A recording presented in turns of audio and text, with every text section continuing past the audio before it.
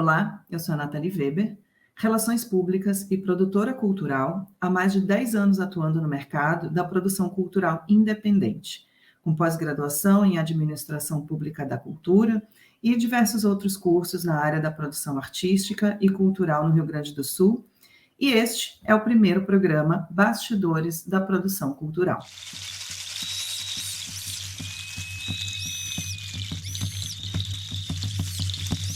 Por aqui, toda segunda, vou trazer um pouco do meu conhecimento sobre tudo o que acontece antes do espetáculo, do show, ou seja, uma base do que toda produção cultural independente precisa saber e dicas do que fazer até o momento de apresentar ao público o seu produto cultural. Vamos tratar de política cultural e o sistema de cultura, conhecer toda a estrutura que compõe esse sistema e a sua importância para o setor cultural e para a sociedade. Também trarei convidadas e convidados para conversar sobre acessibilidade, inclusão, diversidade, financiamentos públicos e privados, dicas de elaboração de projeto e de produção executiva na prática. Se você tem uma dúvida e quer que eu traga mais informações, pode mandar para o e-mail saiarodada23@gmail.com.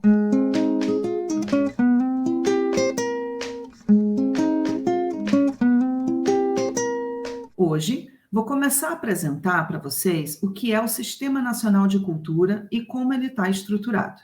É importante saber que a política cultural não existe de forma isolada nos municípios e estados.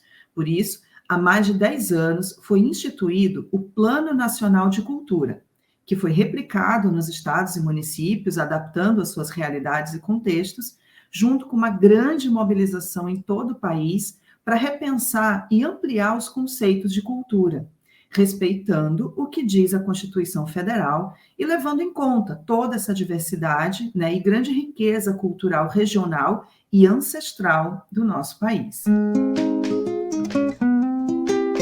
Para falar um pouco mais sobre o que diz a Constituição Federal em relação à cultura, ao direito ao acesso e ao exercício dela, teremos como nosso primeiro convidado o advogado Flávio Gomes de Lima, que é presidente da Comissão de Direitos Humanos da OAB Cachoeira do Sul e é também consultor jurídico e tesoureiro na Associação Cachoeirense de Culturas Populares e Tradicionais Rainha Ginga. Bem-vindo, Flávio. Tudo bem.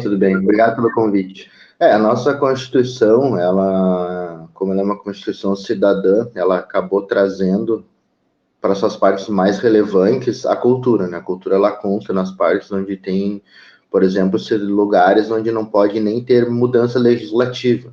Então, há direitos na Constituição, há valores na Constituição que são tão importantes, são tão relevantes para a sociedade que não podem ser objetos de alteração legislativa. A cultura é um tema desses, né? De tamanho relevância, assim como vida, assim como o trabalho, moradia, etc. E ela tem um tema tão relevante que ela aparece logo no início da Constituição, quando se fala dos princípios da República Federativa do Brasil, né? A Constituição já abre com os princípios da nossa República, dando a obrigação que a República Federativa do Brasil ela terá que buscar a integração cultural entre os povos da América Latina.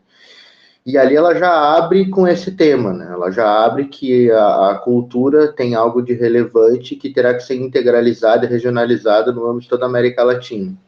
E aí ela discorre entre vários setores até abrir uma própria seção específica da cultura, né? Onde diz que os direitos culturais e as suas fontes culturais, as fontes nacionais, serão incentivadas e valorizadas e difundidas as manifestações culturais, criando, inclusive, uma obrigação administrativa dentro dos âmbitos das competências das esferas, que diz respeito que a defesa da cultura, o acesso à cultura, a promoção à cultura, ela é uma obrigação de todos os entes da federação, né? Tanto do município, quanto do Estado, quanto da União. Os três têm uma obrigação conjunta de preservar e promover a cultura nacional, né? Nacional, a regional, e, inclusive, a cultura no âmbito da América Latina. Então, é um tema de importante relevância dentro da nossa Constituição, ela está lá garantida, preservada, e, inclusive, na educação, né? quando se abre o tema da cultura, a educação, ela tem os seus artigos ali, seus incisos, onde diz que dentro da educação tem que ter matérias que tratem sobre a cultura nacional, sobre a cultura regional, sobre a cultura da América Latina. Isso está também dentro do ensino formal que o Estado tem que passar para as pessoas, né, para as crianças. A cultura, ela se compõe em bens de natureza material e imaterial também, né? É uma coisa interessante de diferenciar, porque às vezes a gente acha que a cultura se baseia só em uma atividade festiva ou apenas em uma edificação com alguma trajetória histórica, algum fato relevante, uma data.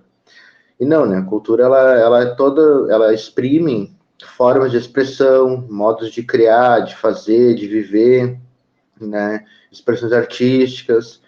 A cultura também acaba englobando fatos científicos, tecnológicos. Isso tudo entra dentro do patrimônio cultural brasileiro, né? São bens de natureza material e imaterial. Esses dois setores compõem, né, uma cultura, né? Então é importante a gente saber dessas dimensões da cultura, porque elas fazem parte da construção do brasileiro até hoje, né? A união das vivências, tanto de expressões metafísicas, quanto de questões materiais, de construções físicas, elas fazem parte daquilo que construíram o que nós somos hoje, né? Então, esses dois bens de natureza material e imaterial, eles são os pilares da cultura, né? São duas coisas que obrigatoriamente o Estado tem que preservar. Não pode olhar só para um e fazer o outro, né? Não dá para escolher, vou preservar isto e não aquilo, né? Na verdade, a obrigação legal é para os dois, né? A obrigação. Então, às vezes a gente vê alguns lugares que se preserva, se dá mais atenção a edificações, a prédios, mas deixa de lado, às vezes, manifestações culturais que era cotidiano do seu dia a dia, mas vão deixando de lado porque se optou, porque o conceito de cultura, para aquelas pessoas que estavam gerindo a máquina pública, era diverso do que a própria Constituição diz. Né? Então, por isso que a Constituição ela vem um pouco mais abrangente, mais ampla, para poder ter os espaços de discussão e dizer, olha, aqui também é cultura, isso aqui também é cultura, para não deixar muito de forma subjetiva do gestor escolher o que é cultura ou não. Ou seja, está delimitado, é isto. Não posso eu, por alguma crença minha, eu dizer que tal coisa não é cultura, ou tal coisa não merece o mesmo investimento público do que outra. Né? Essa discrecionalidade de escolher o que é, o que não é, não existe. Né? O gestor não tem esse poder. Obrigada, Flávio. O Sistema Nacional de Cultura também está previsto na Constituição Federal e é um processo de gestão e promoção das políticas públicas de culturas democráticas e permanentes e tem como objetivo promover o desenvolvimento humano, social e econômico com pleno exercício dos direitos culturais.